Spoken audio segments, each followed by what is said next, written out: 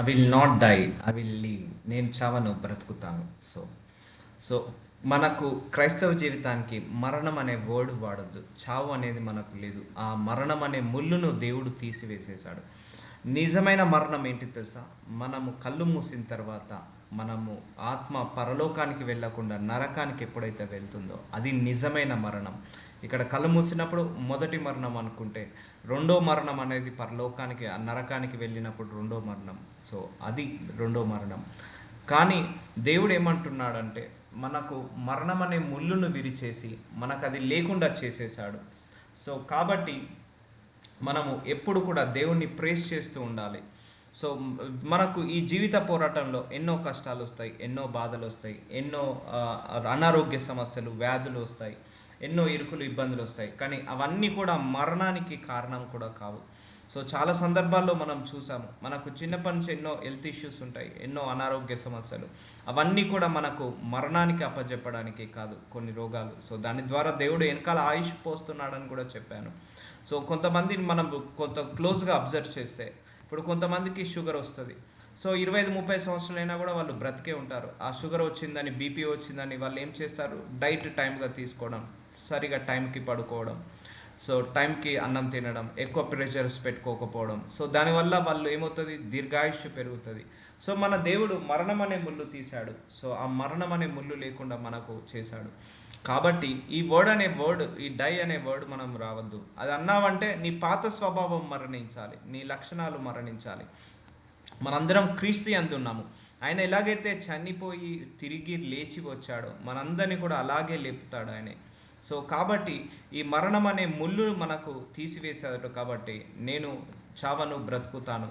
So ఒకవేళ doctor దగ్గరికి వెళ్ళావు, సో ఒక డయాగ్నోస్టిక్స్ ఏదైనా రిపోర్ట్ అబ్నార్మల్ వచ్చింది అనుకోండి, ఇది మెడిటేట్ చేయండి, నేను చావను, బ్రతుకుతాను. ఏమైనా అనారోగ్య సమస్యలు ఉన్నాయి, ఏమైనా మరణకరమైన వ్యాధులు వచ్చాయి, మరణకరమైన రోగాలు ఉన్నాయి, లేకపోతే ఏదైనా జబ్బులు ఉన్నాయి.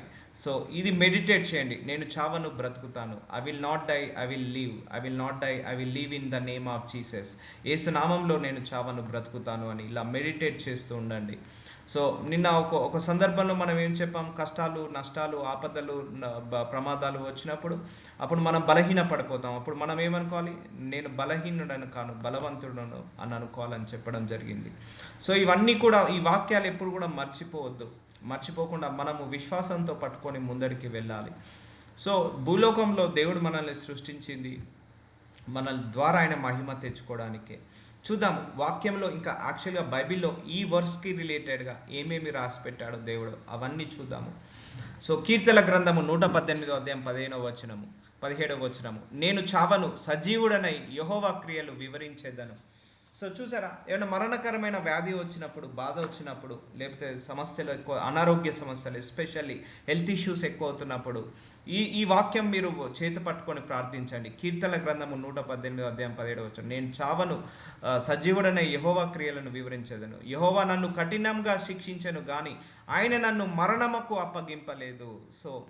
సో ఆయనే మనల్ని శిక్షించడం అంటే ఏంటిది? ఫర్ ఎగ్జాంపుల్, మనం తప్పు పొరపాటు చేసినప్పుడు ఏదో కష్టం పెట్టడమో, ఏదైనా అపాయం పెట్టడమో, లేకపోతే ఏదైనా అనారోగ్య సమస్య రావడమో. సో అంతేకాని ఈ సమస్యలు నిన్ను మరణానికి దారి తీసేది కాదు. సో ఆ బీపీ నిన్ను మరణానికి వచ్చేది కాదు, నిన్ను దీర్ఘాయువు పెంచడానికే. ఆ షుగర్ దీర్ఘాయువు పెంచడానికే. ఆ హార్ట్ ప్రాబ్లమ్స్ కావచ్చు, బ్రెయిన్ ప్రాబ్లమ్స్, వీటి వల్ల దీర్ఘాయువు కూడా పెరుగుతుంది. చాలామందికి 30 సంవత్సరాల నుంచి హార్ట్ ప్రాబ్లం ఉన్నవాళ్ళు, బీపీ ప్రాబ్లం ఉన్నవాళ్ళు, షుగర్ ఉన్నవాళ్ళు కూడా ఇప్పటికీ బ్రతికే ఉన్నారు. సో కొన్ని రోగాలు, కొన్ని జబ్బులు, కొన్ని వ్యాధులు, కొన్ని శ్రమలు, కొన్ని పోరాటాలు, ఇవన్నీ కూడా మనల్ని మరణంకి దారి తీర్చడానికి కాదు, ఇంకా దేవుని ఎక్కువగా తెలుసుకునేలాగా, దేవుడికి దగ్గరయ్యేలాగా చేస్తాయి. అందుకే నేను సజీవుడైన యెహోవా క్రియలను వివరించేదను. అంటే ఈరోజు నువ్వు భూలోకంలో ఒక రోజు నువ్వు గడుపుతున్నావంటే, ఈరోజు నువ్వు బైబిల్ చదువుకోవాల్సిందే, ఈరోజు నువ్వు దేవుణ్ణి ఆరాధించాల్సిందే, ఈరోజు నువ్వు దేవుణ్ణి స్తుతించాల్సిందే, ఈరోజు నువ్వు ప్రార్థించాల్సిందే. That is the God given to this day. ఈ దినము, ఈరోజు మనకు దేవుడిచ్చాడంటే ఆ దేవుడిచ్చిన దినము, ఆయన కృపను బట్టి మనకి ఇచ్చిన దినము. సో రేపు ఏం జరుగుతుందని మనకు తెలియదు. సో రేపటి గురించి ఆలోచించి చింతించడం, బాధపడడం, నిన్న గతం గురించి అయిపోయిన దాని గురించి ఆలోచించి బాధపడడం కంటే, so God given us today, ఈరోజు చేయాల్సిన పని ఈరోజు చేద్దాం. ఈరోజు వేసుకోవాల్సిన మెడిసిన్స్ ఈరోజు వేసుకుందాము. ఈరోజు చూసుకోవాల్సిన ఫుడ్, తినాల్సిన ఫుడ్ ఈరోజు తిందాము. సో చూద్దాము ఇంకా ఏం ద్వారా మాట్లాడుతున్నాడు. సో యెహోవా కఠినముగా శిక్షించను కానీ ఆయన నన్ను మరణముకు అప్పగింపలేదు. సో శిక్షించడం అంటే ఏంటిదంటే ఇక్కడ మనల్ని చిన్న హెల్త్ ఇష్యూ రావడము, మనం తప్పులు పొరపాట్లు చేస్తుంటే హెల్త్ ఇష్యూ వచ్చి మనల్ని సరిచేయడము, లేకపోతే ఏదైనా దారి తప్పిపోతుంటే చిన్నగా ఏదో ఒక సమస్య పెట్టేసి మనల్ని సరిచేయడం, కానీ మనకు వచ్చే ప్రతి రోగము, ప్రతి జబ్బు, ప్రతి వ్యాధి కంప్లీట్గా మరణానికి తీసివేయదు, దారి తీయదు. అండ్ ఇంకొకటి, ఈ కష్టాలు, ఈ శ్రమలు, ఈ రోగాలు కూడా మనల్ని ఏం చేస్తున్నాయంటే దేవుళ్ళు ఎదిగేలాగా సహాయం చేస్తున్నాయి. నేను చెప్పాను కదా, మనకు నిజమైన మరణము ఏంటిది అంటే ఈ భూలోకంలో కన్ను మూస్తే నిజమైన మరణం కాదు. సో ఎప్పుడు అంటే మన ఆత్మ పరలోకానికి వెళ్ళకుండా నరకానికి వెళ్తుంది చూసారా, అదే నిజమైన మరణము.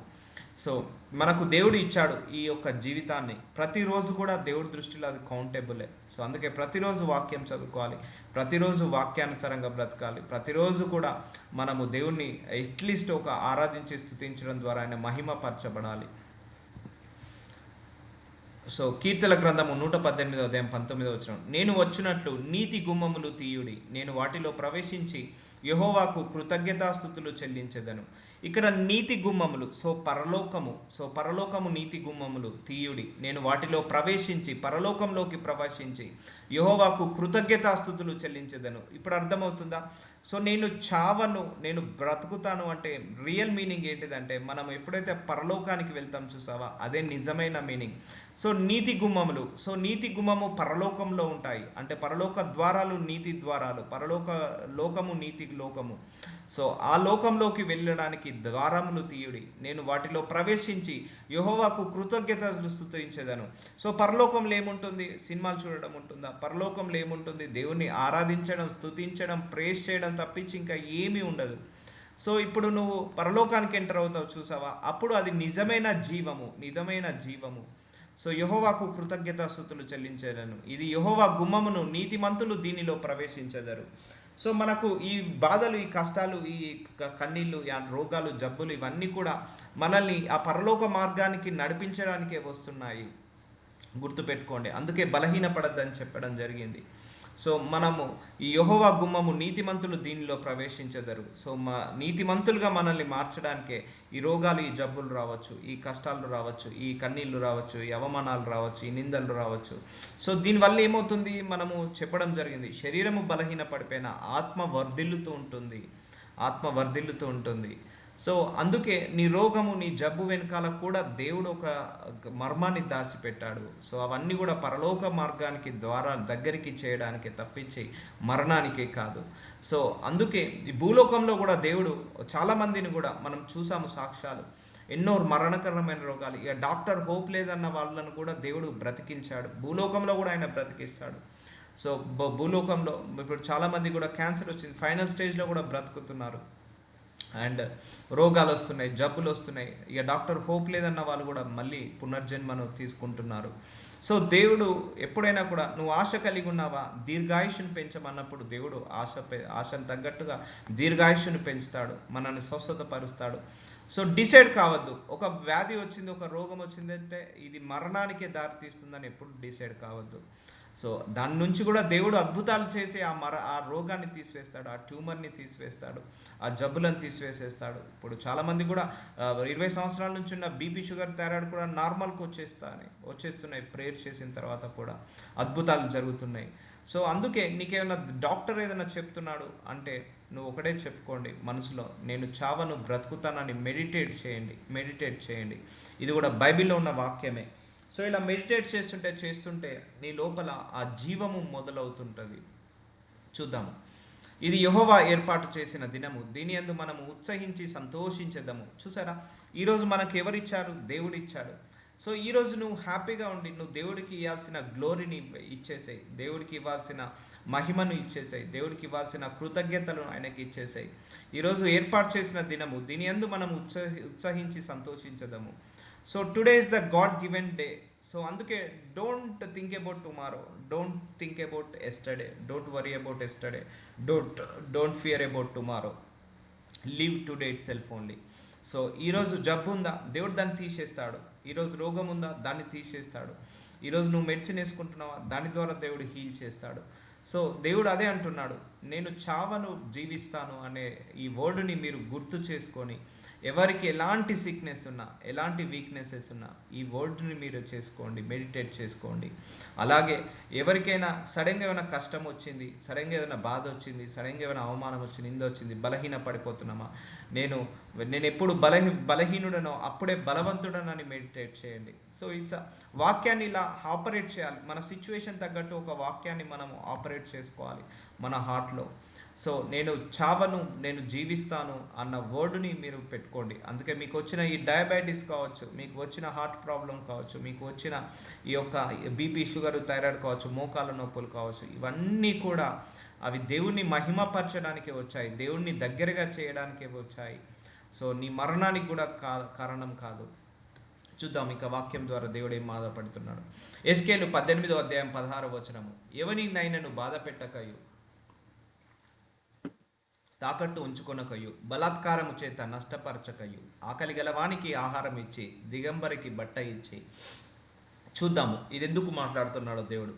సో ఎవరిని బాధ పెట్టక, తాకట్టు ఉంచుకొనక, బలాత్కారము చేత నష్టపరచక, ఆకలి గలవానికి ఆహారం ఇచ్చి, అంటే ఆకలి ఉన్న వాళ్ళకి ఆహారం ఇచ్చి, దిగంబరికి అంటే వస్తువులు లేని వాళ్ళకు వస్తువులు ఇచ్చి, బీదవాని మీద అన్యాయముగా చెయ్యి వేయక, లాభము కొరకు అప్పియకయు, సో వడ్డీ పుచ్చుకొనకయు నుండిన వాడై. సో అప్పివ్వద్దు, వడ్డీ తీసుకోవద్దు, అది మనకు తగ్గది కాదు. సో అన్యాయం, ఎవరి మీద అన్యాయము చేయి వేయక, అన్యాయం చేయకుండా, లాభము కొరకు అప్పియకుండా, వడ్డీ పుచ్చుకొనక నుండిన వాడై, నా విధులను ఆచరించి, నా కట్టడలను అనుసరించి నుండిన ఎడల, అతడు తన తండ్రి చేసిన దోషను బట్టి చావడు, అతడు అవశ్యముగా బ్రతుకును. సో అంటే ఇక్కడ అన్యాయం చేయడం వల్ల ఏమవుతుంది, మనము మరణానికి అప్పగించబడుతున్నాం. చెప్పాను, మరణం అంటే ఏంటిది, నిజమైన మరణము. పరలోకానికి వెళ్ళకుండా నరకానికి ఎప్పుడైతే మన ఆత్మ వెళ్తుందో అప్పుడే అది నిజమైన మరణము. సో నువ్వు బీదవానికి అన్యాయం చేస్తున్నావు, లాభం కొరకు అప్పిస్తున్నావు, వడ్డీ పుచ్చుకుంటున్నావు. అలా కాకుండా నా విధులను ఆచరించి, నా కట్టలను అనుసరించి ఉన్న ఎడల, అతడు తన తండ్రి చేసిన దోషమును బట్టి చావడు. చాలామంది అంటారు, మా తండ్రికి తప్పులు చేశాడు, నాకు వస్తుందేమో. ఒకసారి నువ్వు ఏస్తులో నిలబడ్డాక మీ జనరేషనల్ కర్సెస్ ఏవి కూడా క్యారీ ఫార్వర్డ్ కావద్దని కూడా ప్రేర్ చేసుకోవాలి. అతడు చావడు, అతడు అవిశ్యముగా బ్రతుకును. ఎవరు బ్రతుకుతారు, నా విధులను ఆచరించి, నా కట్టలను అనుసరించి నుండిన ఎడల. అంటే దేవుడి మార్గంలో నడిచే వాళ్ళు ఎక్కడికి వెళ్తారు, పరలోక మార్గానికి వెళ్తారు. మీరు ఇక్కడ నేను చావను బ్రతుకుతానంటే మీరు ఒక భూలోకం మాత్రమే కాదు, పరలోక సంగతులు కూడా ఆలోచించండి. ఈ వాక్యాన్ని మనం అన్ని కోణాల్లో ఆలోచిద్దాము, అన్ని కోణాల్లో మనం నేర్చుకుందాం. భూలోకంలో దేవుడు ఎలా ఆపరేట్ చేస్తున్నాడు ఈ వాక్యాన్ని, పరలోక విషయంలో ఎలా ఆపరేట్ చేస్తున్నాడు ఈ వాక్యాన్ని అంటున్నాడు. సో ఒకవేళ తండ్రి తప్పు చేశాడు, సో తల్లి తప్పు చేసింది, అది పిల్లల మీద నేను అంటున్నాడు. ఒకవేళ పిల్లలు నువ్వు జాగ్రత్తగా నీ మార్గంలో నువ్వు నడుస్తున్నావా, నీ మార్గం పట్టే నేను తీర్పు తీరుస్తాను, నీ మార్గం బట్టే నువ్వు బ్రతుకుతావు అంటాడు. అతడు అవశ్యముగా బ్రతుకును.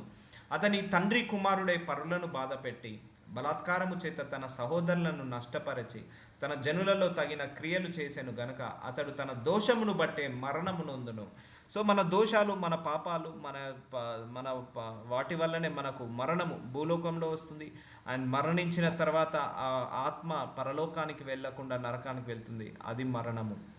ఈ రెండు మరణాలు ఎప్పుడు వస్తున్నాయంటే దోషాలు బట్టి, తప్పును బట్టి.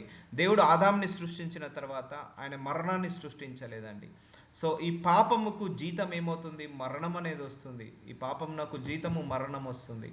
సో ఒక నిజమైన విశ్వాసి, ఫర్ ఎగ్జాంపుల్ ఏ తప్పు చేయలేదు, ఏ పొరపాటు చేయలేదు, మంచి నీతిమంతుడు, పరిశుద్ధుడు, దేవుల్లో ఎదుగుతున్నాడు, మంచి వాక్యానుసారంగా బ్రతుకుతున్నాడు. ఒకవేళ నిద్రపోయాడా తను, అంటే మరణించాడా ఇక్కడ భూలోకంలో, నెక్స్ట్ అది పరలోకంలో ఆయన కళ్ళు తెరవబడతాయి, అక్కడ ఉంటాడు. కాబట్టి అది జీవము కిందికి దారితీస్తుంది. కొంతమంది అన్యాయాలు చేసి, అక్రమాలు చేసి, దుర్మార్గత్వం చేసి వాళ్ళు మరణించారా, వాళ్ళ ఆత్మ ఎక్కడికి వెళ్తుంది, నరకానికి వెళ్తుంది. సో ఇలా అన్యాయాలు, అక్రమాలు చేసి నువ్వు మరణించిన తర్వాత నీ ఆత్మ నరకానికి వెళ్తుంది, అదే నిజమైన మరణము. సో మనందరికీ అది లేదండి, అది తీసేశాడు, ఆ మరణం అనే ముళ్ళు తీసేశాడు. మనకు వాక్యం ఇచ్చి, వాక్యం ద్వారా మనకు ప్రతిరోజు కూడా ప్యూరిఫై చేస్తున్నాడు మన ఆత్మను. అండ్ అలాగే మనకు ఏదో ఒక శ్రమ పెట్టి, ఏదో ఒక కష్టం పెట్టి, ఏదో ఒక బాధ పెట్టి ఆయనకు దగ్గరేలాగా చేసుకుంటున్నాడు, ఆయనని ఇంకా తెలుసుకునేలాగా చేసుకుంటున్నాడు దేవుడు. కాబట్టి తండ్రి క్రూరుడై పరులను బాధపెట్టి, బలాత్కారం చేత తన సహోదరులను నష్టపరిచి, తన జనులలో తగిన క్రియలు చేశాను గనక అతడు తన దోషములను బట్టి మరణం నొందును. చూసారా, ఎవరి దోషములను బట్టి వాళ్ళు మరణం పొందుతారు. సో ఆ దోషములు, ఆ తప్పులు, ఆ పాపాలు, ఆ పొరపాట్లే మనిషి యొక్క ఆయుష్ని తగ్గిస్తుంది, ఆ రోగాల పాలయ్యేలాగా చేస్తుంది. కాబట్టి చూద్దాము. అయితే మీరు కుమారుడు తన తండ్రి యొక్క దోషముల శిక్షను ఏల మోయుటలేదని చెప్పుకొనుచున్నారు. సో కుమారుడు నీతి న్యాయములను అనుసరించి నా కట్టెలనే అనుసరించి గైకొని నా గనుక అతడు అవిశ్యముగా బ్రతుకును. చూసారా, ఒకళ్ళ తండ్రి తప్పు, ఇక్కడ వాక్యం ద్వారా ఏం చేస్తున్నాడు, ఒక తండ్రి అన్యాయం చేస్తున్నాడు, అక్రమాలు చేసి, మోసాలు చేసి, దగా చేసి డబ్బు సంపాదిస్తున్నాడు. సో ఆయన అలా సంపాదిస్తున్నాడు కదా, అతడు మరణానికి వెళ్తాడు. అలా అని పిల్లలకు అది వేస్తానా, నేను వేయను. సో పిల్లవాళ్ళు మంచి నీతిగా ఉంటున్నాడు, పరిశుద్ధంగా ఉంటున్నాడు, పవిత్రంగా ఉంటున్నాడు, దేవుడి శాసనాలను, నీతి న్యాయాలను నేర్చుకొని న్యాయానుసారంగా బ్రతుకుతున్నాడా, ఈ న్యాయానుసారంగా బ్రతికే దాన్ని బట్టి నువ్వు పరలోకానికి వెళ్తావు. అంతేగాని తండ్రి చేసిన తప్పులు, తాతలు చేసిన తప్పులు, పొరపాట్ల వల్ల నువ్వు నరకానికి వెళ్ళవు. నువ్వు చేసే తప్పే నిన్ను పరలోకానికి వెళ్ళాలా, నరకానికి వెళ్ళాలా? నువ్వు చేసే తప్పే, మంచితనమే నిన్ను జీవంలోకి పంపించాలా, పరలోకానికి పంపించాలా అనేది డిసైడ్ చేస్తుంది ఎప్పుడైనా కూడా. సో అందుకే నేను చాలా సందర్భాల్లో చెప్పాను, వాళ్ళు అది చేస్తున్నారు, వీళ్ళు అది చేస్తున్నారు కాదు, నువ్వు ఎలా ఉన్నావు అనేది ఇంపార్టెంట్. మనం 10 మందిని జడ్జిమెంట్ చేస్తున్నాం, కరెక్టే, దానివల్ల మనకు వచ్చేది ఏం లేదు. సో దేవుడు ఏమంటాడు, కరెక్ట్ యువర్ సెల్ఫ్, నిన్ను నువ్వు కరెక్ట్ చేసుకో అంటాడు. పక్కోని కరెక్ట్ చేయమని అది ఎప్పుడు చెప్పలేదు ఆయన, పక్క వాళ్ళను కరెక్ట్ చేయమని ఎప్పుడు చెప్పలేదు. బైబిల్ మొత్తం చదవండి. నీ మార్గము నువ్వు సరళం చేసుకో, నీ దారి నువ్వు సరళం చేసుకో, నిన్ను నువ్వు మార్చుకో, నిన్ను నువ్వు బ్రతికించుకో అని అంటాడు. సో ఇక్కడ కుమారుడు నీతి న్యాయములను అనుసరించి నా కట్టలను అనుసరించి గైకొనెను గనక అతడు అవశ్యంగా బ్రతుకును. ఒకవేళ తండ్రి తప్పులు పొరపాట్లు చేస్తున్నాడు, దోషాలు చేస్తున్నాడు, అలానే ఆ శిక్ష నేను కుమారుల మీద వేయను. సో ఒకవేళ కుమారుడు తప్పిపోతున్నాడా, ఆ కుమారుడు చేసిన శిక్షకు తగ్గట్టే వాడు మరణం పొందుతాడు. అండ్ తండ్రి చేసిన తగ్గట్టుకే, తండ్రి పుణ్యం చేస్తే పరలోకము, పాపం చేస్తే నరకము. అలాగే కుమారుడు పుణ్యం చేస్తే పరలోకము, అండ్ పాపం చేస్తే నరకము. సో దాన్ని బట్టే నేను డిసైడ్ చేస్తాను. కానీ ఒకరు చేసిన తప్పులు అందుకే మన భూలోకంలో కూడా ఎవరికన్నా ఏమన్నా బాధ వచ్చింది అనుకోండి, మనం అంటాం, అయ్యో వీళ్ళ ఫాదర్ ఏం తప్పు చేశాడో, వీళ్ళ మదర్ ఏం తప్పు చేసిందో, అందుకే ఇన్ని కష్టాలు కావచ్చు, అందుకే ఇన్ని బాధలు అని అంటారు. ఇప్పుడు ఫర్ ఎగ్జాంపుల్ ఒకళ్ళ ఫర్ ఎగ్జాంపుల్ మ్యారేజ్ చేసుకున్నారు ఇంట్లో తెలియకుండా, వాళ్ళ పేరెంట్స్ అలా చేశారు కాబట్టి వీళ్ళు ఇలా చేశారు.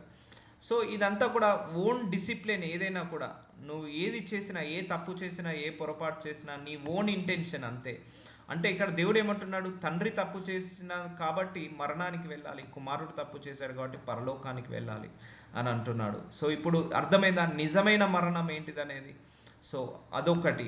అంటే అన్ని కోణాల్లో, పరలోక సంబంధించిన జీవము, నరకానికి సంబంధించిన మరణము, భూలోక సంబంధించిన జీవము, ఇవన్నీ కోణాల్లో మనం ఆలోచించాలి ఒక వాక్యాన్ని చూస్తే. సో ఈ వాక్యం ద్వారా దేవుడు ఏం చేస్తున్నాడు, అవశ్యంగా బ్రతుకును. సో నీ తప్పులు, నీ పొరపాట్ల వల్లనే నువ్వు పాపాలు కొని తెచ్చు, నీ పాపాల వల్లనే నువ్వు అనారోగ్య సమస్యలు కొని తెచ్చుకుంటున్నావు, నీ బాధలు, చింతలు ఇవన్నీ వస్తున్నాయి. సో అని అంటున్నాడు. పాపము చేయువాడే మరణము నొందును. సో పాపం నాకు జీతం ఏంటిది, మరణము. సో వ్యభిచారము, నరహత్య, దొంగతనము, అండ్ ఇతరులను ఆశించడము. సో కమెంట్మెంట్స్ దేవుడు ఎన్ని ఇచ్చాడో వాటికి విరుద్ధంగా వెళ్తే అదే పాపము. సో పాపము చేయువాడే మరణము నొందును. తండ్రి యొక్క దోషణ శిక్షను కుమారుడు మోయిటలేదని, కుమారుని దోషణ శిక్ష తండ్రి మోయడు. చూసారా, తండ్రి తప్పులు పొరపాట్లు దోషాలు చేస్తే కుమారుడి మీద వేయను, కుమారుడు తప్పులు పొరపాట్లు దోషాలు చేస్తే తండ్రి మీద వేయను. ఎవరు నీతిని బట్టి వాళ్ళు బ్రతుకుతారు, ఎవరి అవినీతిని బట్టి వాళ్ళు మరణం పొందుకుంటారు. సో పాపము చేయువాడే మరణం నొందును. సో వీళ్ళెవరు పాపం చేసే వాళ్ళంతా ఎక్కడికి వెళ్తారు, నరకానికి వెళ్తారు.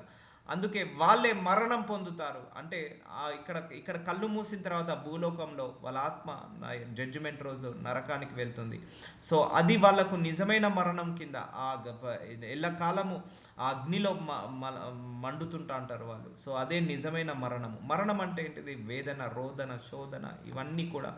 సో పాపము చేయవాడే మరణం నొంతాడు, కానీ తండ్రి తప్పు దోష శిక్షను కుమారుని మీద వేయను, కుమారుని దోష శిక్ష తండ్రి మీద వేయడు. ఆ నీతి పరునికే చెందును. సో చూసారా, అందుకే మనము అందరికీ ఎడ్యుకేట్ చేయాలి. అంటే నువ్వు చేసే నీతి నీ వరకే ఉంటుంది.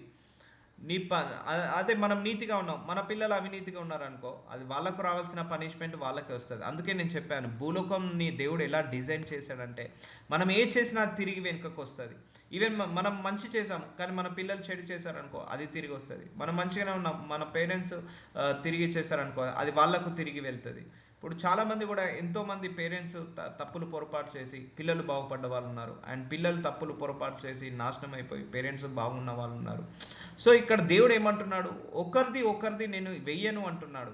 ఎవరి నీతి వాడికే, ఎవరి పరిశుద్ధత వాళ్ళకే, ఎవరి అపరిశుద్ధత వాళ్ళదే, ఎవరి అవినీతి వాళ్ళదే. సో ఎవరి చేసే తప్పులు వాళ్ళకే ఏంటిది అనుభవించాల్సిందే అన్నట్టు మాట్లాడుతున్నాడు దేవుడి వాక్యం ద్వారా. సో పాపము చేయువాడే మరణము నొందుతాడు. అదే మరణము, రెండో మరణము, నరకానికి వెళ్ళే ఆత్మ. తండ్రి యొక్క దోషణ శిక్ష కుమారుడు మోయడు, కుమారుని దోష శిక్ష తండ్రి మోయడు.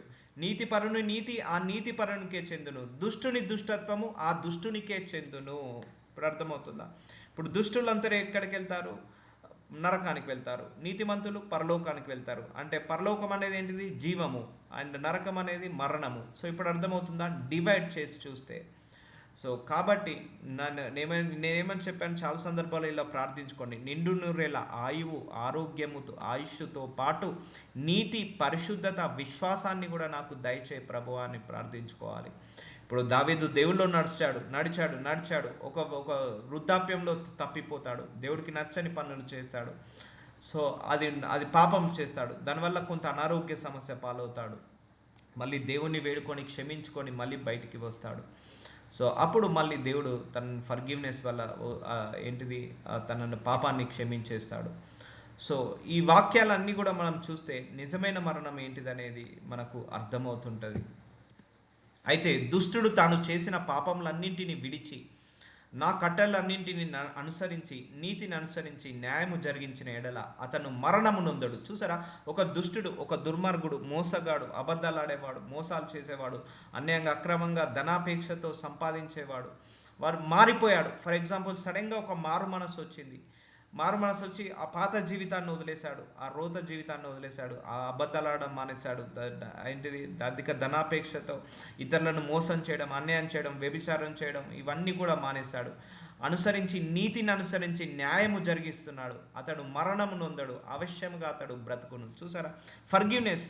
సో నువ్వు దోషాలు చేసిన, తప్పులు పొరపాట్లు తెలుసో తెలియకో చేసావు, నీ మనస్సు పశ్చాత్తాపడ్డది, అయ్యో నేను చేస్తున్నది తప్పే, అయ్యా నేను చేస్తున్నది పాపమే, అయ్యా నేను చేస్తున్నది పొరపాటని, వాటన్నిటిని వదిలేసి నీవు నీతి మార్గంలో నడుస్తున్నావు, పరిశుద్ధమైన మార్గంలో నడుస్తున్నావా, దేవుడు నీ గతాన్ని గుర్తు చేసుకోడు. సో అంటే ఆ మరణం ఇవ్వడు, అవశ్యంగా అతడు బ్రతుకును, అంటే పరలోకానికి ఇస్తాడు, నీకు పరలోకానికి నడిపిస్తాడు. చూసారా, hour God is a God of forgive చేస్తాడు. క్షమించే దేవుడు ఆయన. ఎన్నో అలాంటి తప్పులు చేయమని ఎంకరేజ్ చేయొద్దు. ఆయన కృప ఉంది, కృపను మిస్యూజ్ చేయొద్దనే దేవుడు చెప్తాడు ఎప్పుడు కూడా. తెలుసో తెలియక జరిగినప్పుడు ఇట్స్ ఓకే, నేను ఫర్గివ్ చేసేసి నీకు మళ్ళీ జీవాన్ని ఇస్తానంటాడు. సో ఒక దుష్టుడట తాను చేసిన పాపములన్నింటినీ విడిచిపెట్టేసి దేవుడి మార్గంలో నడిచి, దేవుడి కట్టడాలను, శాసనాలను నడిచి, నీతిని అనుసరించి న్యాయముగా నడిచిన ఎడల అతడు మరణానికి వెళ్ళాడు, అంటే నరకానికి వెళ్ళాడు, పరలోకానికి వస్తాడు, అవశ్యంగా బ్రతుకును. సో ఇప్పుడు మనందరము ఏ మార్గంలో ఉన్నాము? దేవుడి నీతి న్యాయ మార్గంలో ఉన్నాము. ఇప్పుడు అర్థమవుతుందా? నేను చావను బ్రతుకుతానన్న వాగ్దానము ఇక్కడ మీకు ఫుల్ఫిల్ అవుతుంది. అతడు చేసిన అపరాధంలో ఒకటి జ్ఞాపకంలోనికి రాదు. చూసారా, ఎన్నో అపరాధాలు చేశాడు, 100 మిస్టేక్ చేశాడు, 1000 మిస్టేక్ చేశాడు, 10,000 మిస్టేక్ చేశాడు గతంలో, 10,000 తప్పులు చేశాడు గతంలో. కానీ మారు మనస్సు పొందుకున్నాడు, ఇమ్మీడియట్గా దేవుడి వైపుకు తిరిగాడు, దేవుడి ఇష్టానుసారంగా బ్రతుకుతున్నాడు, దేవుడి చిత్తానుసారంగా బ్రతుకుతున్నాడు.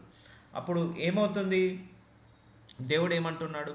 నా గతాన్ని తుడిచివేస్తా, గతంలో ఏ తప్పుని కూడా నేను రిసీవ్ చేసుకోను, వాటన్నిటిని జ్ఞాపకం తీసుకోను, ఎరేస్ చేసేస్తా, తుడిచివేసేస్తా అంటాడు.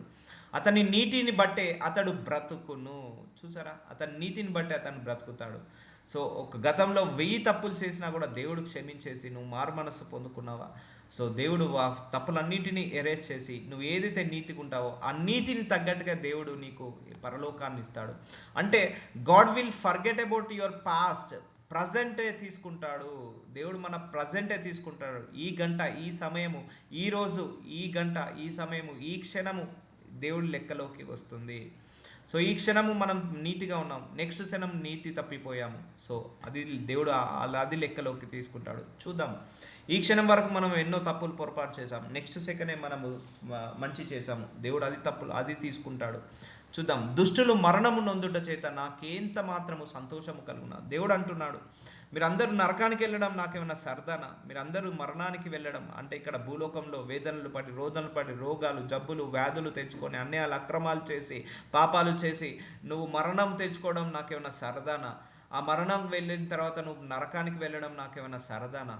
దుష్టులు మరణం నొందుట చేత నాకేమాత్రము సంతోషము కలుగునా. ఎందుకంటే అందరినీ సృష్టించింది ఆయనే. పుట్టగానే ఎవరు చెడ్డవారు కాదు. మనిషి పెరుగుతుంటే ఆశలు పెరిగి అత్యాశగా మారి, ఆ కోరికలు పెరిగి, ఆ కోరికల వల్ల అనేకమైన మార్గాలు, చెడు మార్గాలు వెతికి, అన్యాయాల అక్రమాలు చేసి, మోసాలు చేసి అలా మనిషి గ్రో అవుతున్నాడు. సో దుష్టులు మరణము నొందుట చేత నాకు ఏమాత్రము సంతోషము కలుగునా. అంటే పుట్టుకతోటి ఎవ్వరు కూడా చెడ్డవారు కాదు.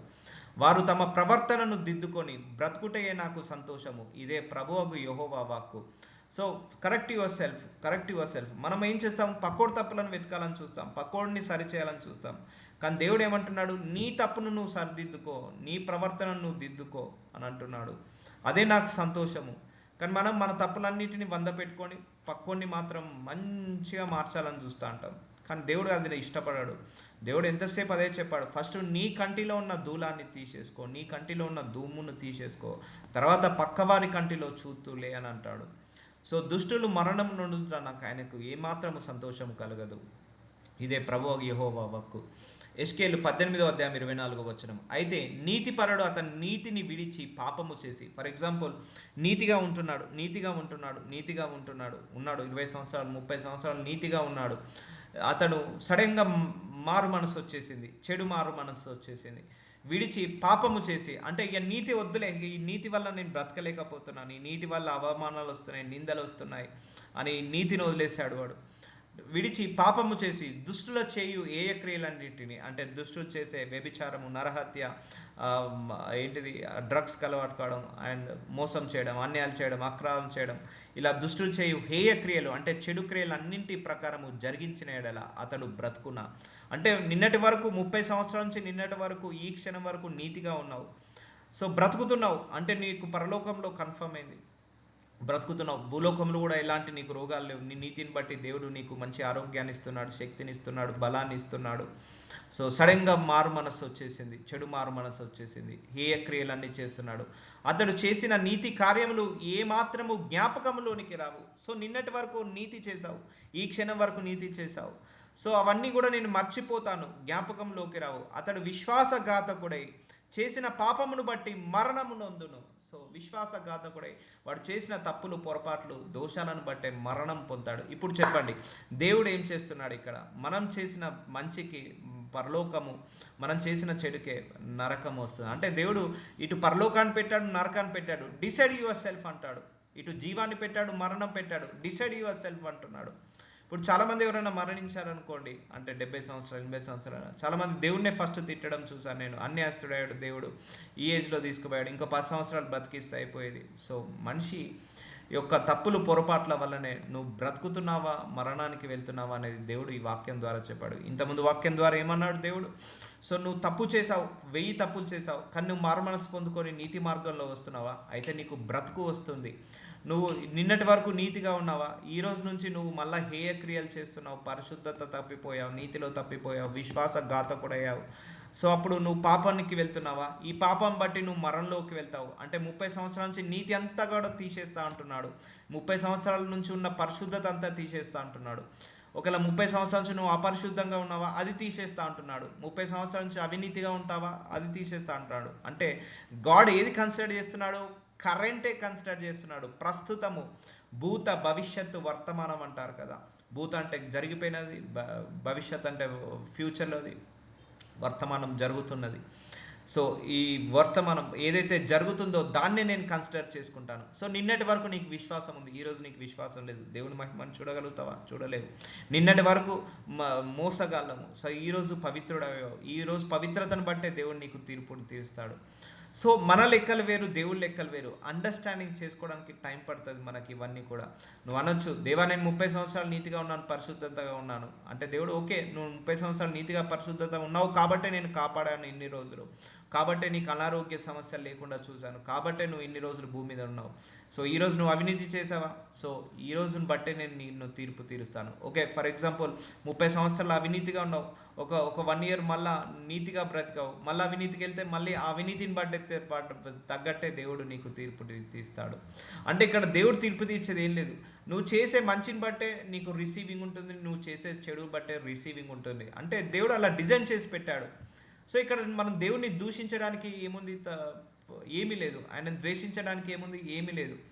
సో నువ్వు ఏ చేసినా రిటర్న్ గిఫ్ట్గా మనకే వస్తుంది. మంచి చేసిన రిటర్న్ గిఫ్ట్ వస్తుంది, చెడు చేసిన రిటర్న్ గిఫ్ట్ నీకే వస్తుంది. మంచి చేస్తే జీవం అనే రిటర్న్ గిఫ్ట్ వస్తుంది, చెడు చేస్తే మరణం అనే రిటర్న్ గిఫ్ట్ వస్తుంది. చూడండి మరొకసారి చదువుతా. అయితే నీతిపరుడు తన నీతిని విడిచి పాపము చేసి దుష్టులు చేయు హేయక్రియలన్నింటి ప్రకారము జరిగించిన ఎడల అతడు బ్రతుకున, అతడు చేసిన నీతి కార్యములు ఏమాత్రము జ్ఞాపకంలోనికి రావు. చూసారా, అతడు చేసిన ఏ నీతి కూడా జ్ఞాపకంలోకి తీసుకోను. ఈరోజు నువ్వు ఎలా బ్రతుకుతున్నావు అన్నదే ఇంపార్టెంట్. అందుకే గతాన్ని తలుచుకొని బాధపడొద్దు అండ్ భవిష్యత్తును తలుచుకొని భయపడద్దు. So forget about your past, forget about your future. ఈరోజు దేవుడు ఇచ్చాడు, దాన్ని ఫుల్ఫిల్ చేయి. అతడు విశ్వాసఘాతకుడే చేసిన పాపమును బట్టే మరణము నొందును. సో ఇప్పుడు నిజమైన మరణము పాపము చేసిన వాళ్ళకు, నీతిగా పరిశుద్ధ ఉన్న వాళ్ళు ఒకవేళ ఇక్కడ భూలోకంలో కన్నులు మూసిన వాళ్ళకు నిజమైన మరణం అంటే ఉండదు, వాళ్ళకు దగ్గరికి రాదు. యేస్కేలు 18:25. అయితే యెహోవా మార్గము న్యాయము కాదని మీరు చెప్పుచున్నారు. సో ఇవన్నీ వింటే మనం అంటాం, నిజంగా ఇదేం దేవుడు ఇన్ని కండిషన్స్ పెట్టాడు. 30 సంవత్సరాల నుంచి నీతిగా ఉంటేనేమో అది పట్టించుకోడట, ఒక్క తప్పు చేసినందుకు దాన్ని పట్టించుకుంటాడట. లేకపోతే 30 సంవత్సరాల నుంచి వాడు అన్యాయం అక్రమాలు చేసినోడేమో వదిలేస్తాడట, నీతిగా ఉన్నోడిని నన్ను వదిలేడట. సో ఆయనే మైండ్ సెట్ వేరు, మన మైండ్ సెట్ వేరు. సో అందుకే డీపర్ లెవెల్ ఆఫ్ రివల్యూషన్ అంటారు. వాక్యంలో లోతుగా వెళ్తే కానీ మనకు ఆ మర్మాలు అర్థం కావు. సో మరణం అనగానే మనం యొక్క భూలోక సంబంధం, అది రోగం వచ్చింది, జబ్బు వచ్చింది, హాస్పిటల్లో అడ్మిట్ అయ్యాడు, చనిపోయాడు, అదే అని అనుకుంటాం. దాని తర్వాత ఇంకో స్టోరీ ఉంది. ఆ మరణం వెనకాల నిజమైన జీవం ఏంటిది, నిజమైన మరణం అంటే ఏంటిది అనేది ఉంది. సో భూలోకంలో కూడా నిజమైన జీవం ఏంటిది, రోగం వచ్చిన తర్వాత కూడా మళ్ళీ అది నయం చేసుకొని వస్తే అప్పుడు జీవం వస్తుంది. సో ఆ రోగంతో చనిపోతే మరణం. So these are mixed. So దీన్ని మనం ఏం చేస్తున్నాం, ఈ వాక్యాన్ని 2 రకాలుగా ట్రై చేస్తున్నాము అర్థం చేసుకోవడానికి. ఇటు భూలోక సంబంధమైన జీవము, పరలోక సంబంధమైన జీవము, భూలోక సంబంధమైన మరణము, పరలోక ఏంటిది నరకం సంబంధించిన మరణం. ఇట్లా 2 రకాలుగా మనము వెళ్తున్నాము.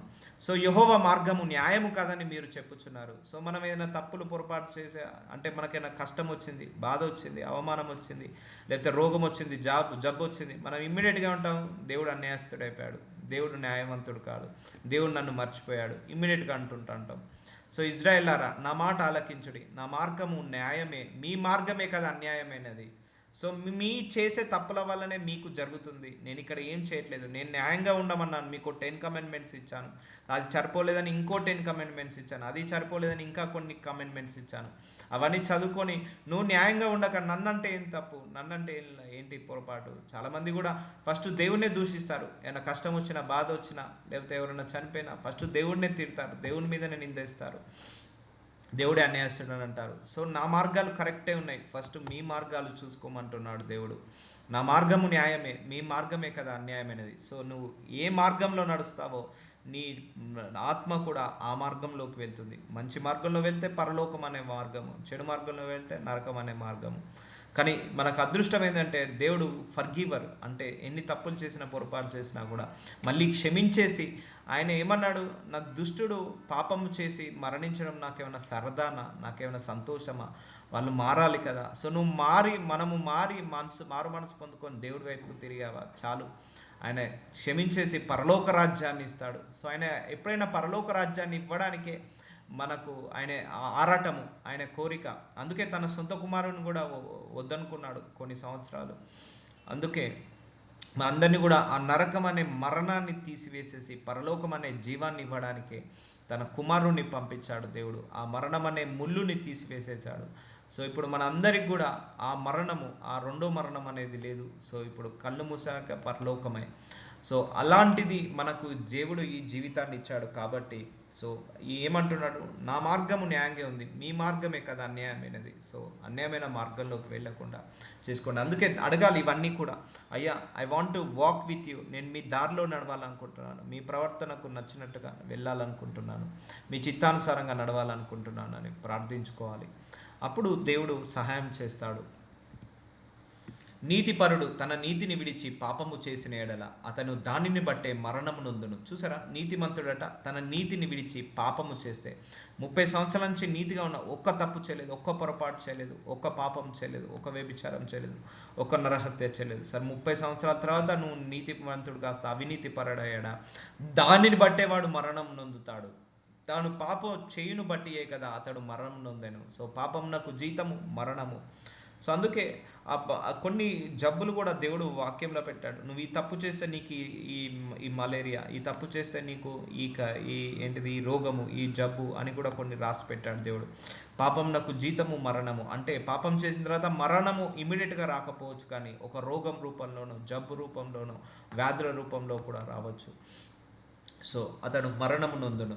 మరియు దుష్టుడు తాను చేయు వచ్చిన దుష్టత్వం నుండి మరలి నీతి న్యాయములు జరిగించిన ఎడల తన ప్రాణమును రక్షించుకొను. చూసారా, తన ప్రాణం రక్షించుకోవడం అంటే పరలోకానికి వెళ్ళడం. సో వాడు దుష్టుడే, దుర్మార్గుడే. విసుకొచ్చేసింది, లేకపోతే రియలైజ్ అయిపోయాడు, నేను అన్ని తప్పులు చేస్తున్నాను, నేను అనవసరంగా నరహత్య చేస్తున్నాను, అనవసరంగా వ్యభిచారం చేస్తున్నాను, అనవసరంగా డబ్బు కోసం అన్యాయంగా అక్రమంగా సంపాదన కోసం నేను అందరినీ నలగొడుతున్నాను, తిడుతున్నాను, మార్గాలను వెతుకుతున్నాను. సో ఆ దుష్టత్వం నుండి మరలి ఇక నేను నీతిగా ఉంటాను, పరిశుద్ధంగా ఉంటాను, పవిత్రంగా ఉంటానని జరిగించిన ఎడల తన ప్రాణంను రక్షించుకొనును అంటే పరలోకానికి వెళ్తాడు వాడు. సో నేను చావను జీవిస్తానన్న మాటకు లోపల చాలా మర్మాలు ఉన్నాయి, చాలా అర్థం ఉంది. మనకు అర్థం కాదు అంత ఈజీగా బైబిల్. సో వాటిని రివెల్యూషన్ లోపలికి వెళ్ళాలి, లోతుగా వెళ్తేనే. ఎందుకు, పరిశుద్ధాత్మతో ఆ సావాసం చేసినప్పుడు ఆ లోతైన మర్మాలు మనకు బయలుపరుస్తాడు. అతడు ఆలోచించుకొని తాను చేయవచ్చిన అతిక్రమ క్రియలన్నింటినీ చేయక మానెను గనుక అతడు మరణం నొందక ఆవశ్యంగా బ్రతుకును. చూసారా, ఎన్నో తప్పులు చేశాడు, 1,00,000 తప్పులు చేశాడు, కానీ అవన్నీ వదిలేసుకొని మానక గనక అతడు మరణం నొందక ఆవశ్యంగా బ్రతుకుతాడట. అతిక్రమ క్రియలన్నింటినీ అంటే చెడు క్రియలన్నింటినీ చేయక మానెను. ఇక మర్చిపోయాడు, మానేశాడు. సో ఇక్కడ గాడ్ ఏం చేస్తున్నాడు, నీ ప్రజెంట్నే తీసుకుంటున్నాడు, పాస్ట్ని తీసుకోవట్లేదు. సో పాస్ట్ ఎంత వరస్ట్గా చేసినా, ఎన్ని మిస్టేక్ చేసినా కూడా, so from today onwards, so renew your mind set, renew our mind set అని అంటున్నాడు. సో వాక్యం ద్వారా అవశ్యంగా దాన్ని బట్టే బ్రతుకుతారు, ఆ నీతిని బట్టే. అయితే ఇజ్రాయేలు యెహోవా మార్గము న్యాయం కాదని చెప్పుచున్నారు. ఇజ్రాయేలారా, నా మార్గము న్యాయమే కానీ మీ మార్గము న్యాయము కాదు. సో మళ్ళీ అదే అంటున్నాడు. కాబట్టి ఇజ్రాయేలీయులారా, ఎవని ప్రవర్తనను బట్టి వానికి శిక్ష విధింతును. మనస్సు తిప్పుకొని మీ అక్రమములు మీకు శిక్షా కారణములు కాకుండానట్లు వాటన్నిటిని విడిచిపెట్టుడి. సో అన్నిటిని విడిచిపెట్టండి. ఎవరి ప్రవర్తన బట్టి వాళ్ళకు నేను పనిష్మెంట్ ఇస్తాను. సో అంటే నీ బిహేవియర్ బట్టే నీకు ఉంటుందని. సో మీరు జరిగించిన అక్రమ క్రియలన్నింటిని విడిచి నూతన హృదయంను నూతన బుద్ధి తెచ్చుకొనుడి. ఇజ్రాయేలారా, మీరెందుకు మరణము నొందుదురు? ఇదే ప్రభువగు యెహోవా వాక్కు. దేవుడు అంటున్నాడు, మరణం నీ కోసం కాదు. నిజంగా ఆయన పరలోకము ఏంటిది, నరకం అనేది ఆయన సృష్టించింది లూసిఫర్ కోసం. అపవిత్రాత్మలు, దురాత్మలు అండ్ అంధకార శక్తులు, వాయుమండల శక్తులు, అచేతబడి శక్తులు, వాటి గురించి ఆయన నరకాన్ని సృష్టించాడు, కానీ మనిషి గురించి అయితే నరకాన్ని సృష్టించలేదు. సో మనిషి గురించి ఆయన పరలోకాన్ని ఉంది మనందరికి కూడా. సో మీరు ఎందుకు మరణం నొందుదురు అంటే, మీ అక్రమ క్రియలన్నింటినీ విడిచి నూతన హృదయం. అక్రమ క్రియల వల్ల నువ్వు మరణానికి అప్పగించబడతావు. నువ్వు నూతన హృదయం తెచ్చుకొని, బుద్ధి తెచ్చుకొని నువ్వు నా మార్గంలో నడువు, అప్పుడు నీకు మరణం అనేది ఉండదు, పరలోకం అనేది ఉంటుంది. మీరు ఆ నరకానికి వెళ్ళడం నాకేమైనా ఇష్టమా? మీరు ఎందుకు మరణం నొందుకుంటారని ప్రభు అయిన యెహోవా వాక్కు చెప్తున్నాడు. మరణం నొందువాడు, మరణం నొందును బట్టి నేను సంతోషించువాడును కాను. అంటే ఒకడు మరణం పొందుతున్నాడు, ఆ రోగాల్లో, జబ్బుల్లో, వ్యాధుల్లో పడి, వేదనలో పడి మరణం నొందుతున్నాడు. సో అది నాకేమైనా సంతోషమా? అది నేను నేను కూడా ఏం చేయలేను అంటాడు దేవుడు కొన్ని సందర్భాల్లో. నేను కూడా ఏం చేయలేను, నువ్వు చేసిన తప్పే అది నిన్ను మింగివేస్తుంది, నువ్వు చేసిన పాపమే అది నిన్ను మింగివేస్తుంది, నువ్వు చేసిన పొరపాట్లే దోషాలే నిన్ను మింగివేస్తుంది. నువ్వు అలా అలా తప్పులు చేసి పొరపాటు చేసి అలాంటి మరణం పొందడం నాకేమైనా ఇష్టమా, నాకేమైనా చిత్తమా? అది కాదు కదా అంటున్నాడు. మరణం నొందువాడు మరణం నొందును బట్టే నేను సంతోషించువాడను కాను. కావున మీరు మారు మనస్సు తిప్పుకొని అప్పుడు మీరు బ్రతుకుదురు. ఇదే ప్రభువు యెహోవా వాక్కు. అంటే forget about your past, forget about your sin, forget about every mistakes what you have done till today. So అన్నిటిని వదిలేసి just turn your heart to me, I will take care of, నేను చూసుకుంటానని చెప్తున్నాడు దేవుడు. So will continue tomorrow.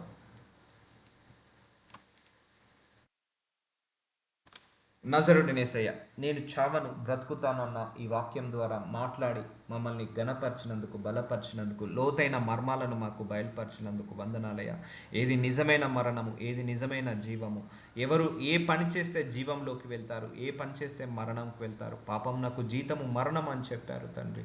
ఇలాంటి వాక్యాల ద్వారా మాట్లాడి మళ్ళీ మరొకసారి మా మైండ్ని, మా మైండ్ సెట్ని, మా క్యారెక్టర్ని అన్నిటిని డిజైన్ చేస్తున్నందుకు వందనాలు. ఎస్ మై లార్డ్, ఈ భూలోకంలో మీకు నచ్చినట్టుగా బ్రతకాలంటే చాలా కష్టము నాయన. ఆ బ్రతకగలిగే ఆ కృపను మాకు ఇవ్వండి, ఆ ఆత్మను, ఆ వరాన్ని మాకు ఇవ్వమని నజరుడైన యేసు నామములో ప్రార్థిస్తున్నాను తండ్రి.